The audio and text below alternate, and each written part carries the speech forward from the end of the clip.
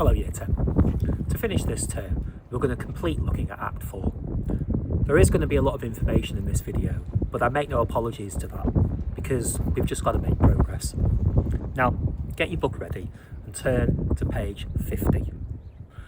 I'll wait a moment for you to do that. Come on, I can see some of you dithering.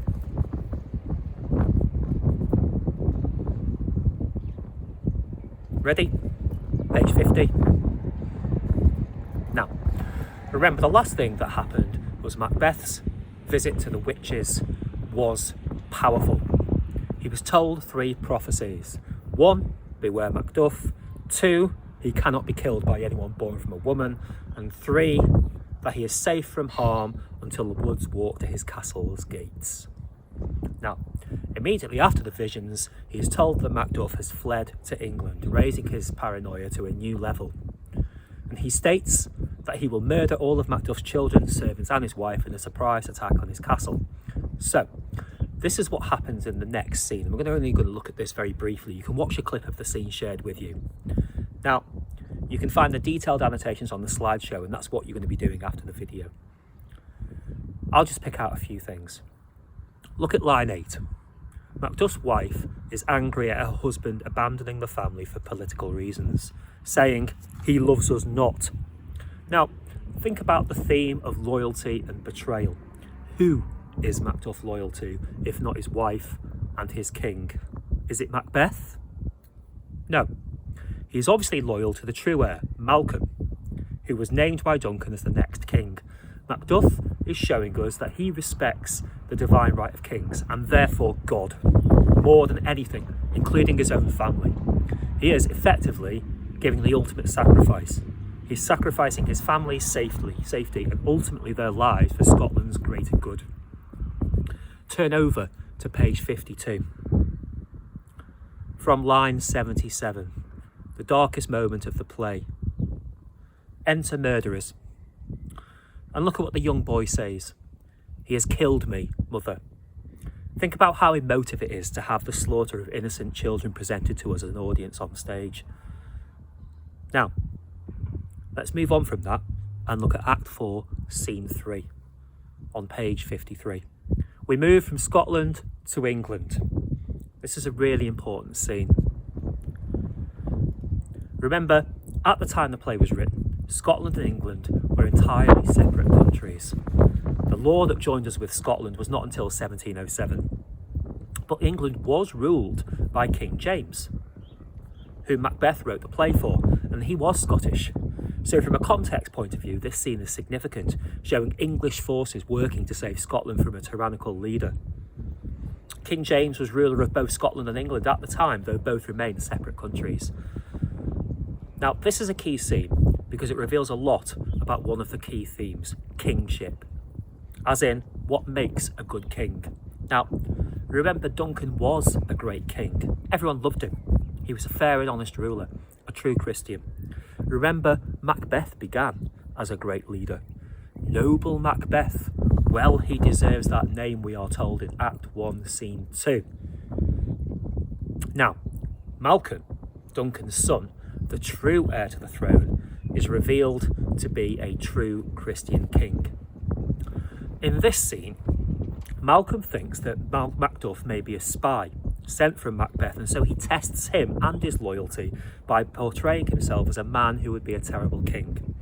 I'm just going to pick out a few things in this video, but once again, the detailed annotations are on the overview PowerPoint, and you must make sure that you do your annotations. Look at line 13, and Malcolm says about Macbeth, "You have loved him well, he hath not touched you yet," meaning that Malcolm is suspicious because as far as he's concerned, Macduff is Macbeth's friend and he's not been hurt by him in any way. Now, the audience knows the dramatic irony here, but Macduff doesn't, that Macduff's entire family is dead, slaughtered by Macbeth. Macduff declares that he is not treacherous on line 17. He's not here in any plot against Malcolm. He's not a traitor. Malcolm replies in a key quotation, on line 22. That angels are bright still through the brightest fell. He's talking about the fall of Satan from heaven. Now remember, Satan was actually an angel who betrayed God and was forced out of heaven.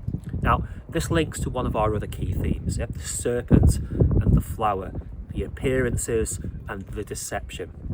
Malcolm is saying he cannot trust Macduff and thus cannot work with him to save Scotland. Macduff is shocked and devastated.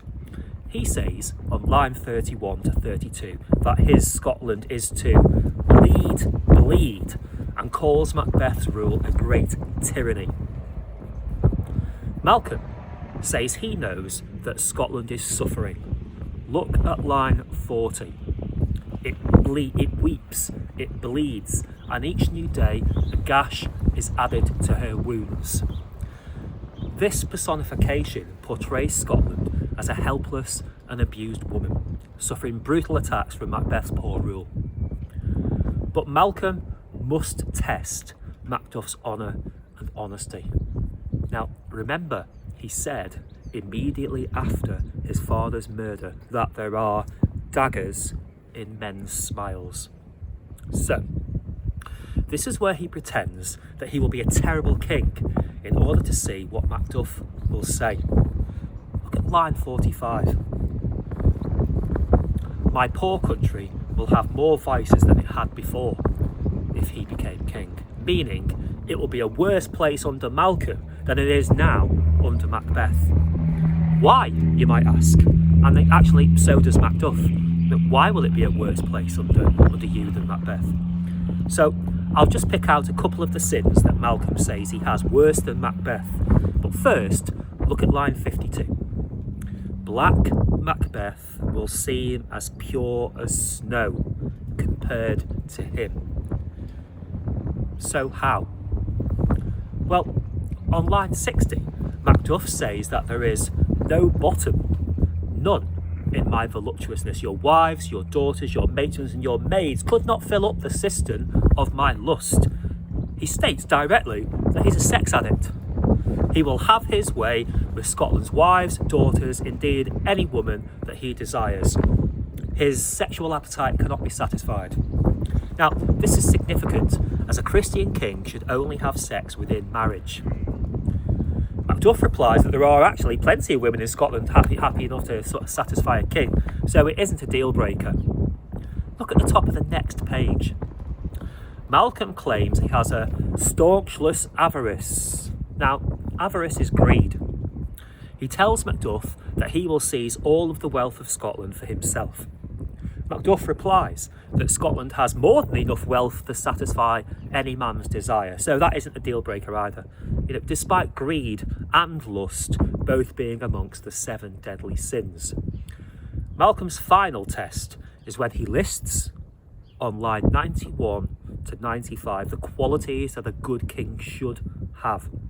Duncan had them, but Malcolm states that he does not have them. This is a really key quotation for this key theme of kingship. He tells Macduff on line 97 that he desires to pour the sweet milk of concord into hell, uproar the universal peace, confound all unity on earth. Meaning that if he became king, he would seek to destroy any hope of peace or happiness for Scotland, because it's in his nature to want chaos and violence. Fair is foul and foul is fair. This is the final straw for Macduff, and he says he will not help another tyrant come to Scotland's throne. Look at line 102. He shouts that Malcolm is not fit to govern. No, not fit to live. This speech, following that, shows that Macduff is horrified at the fate of Scotland.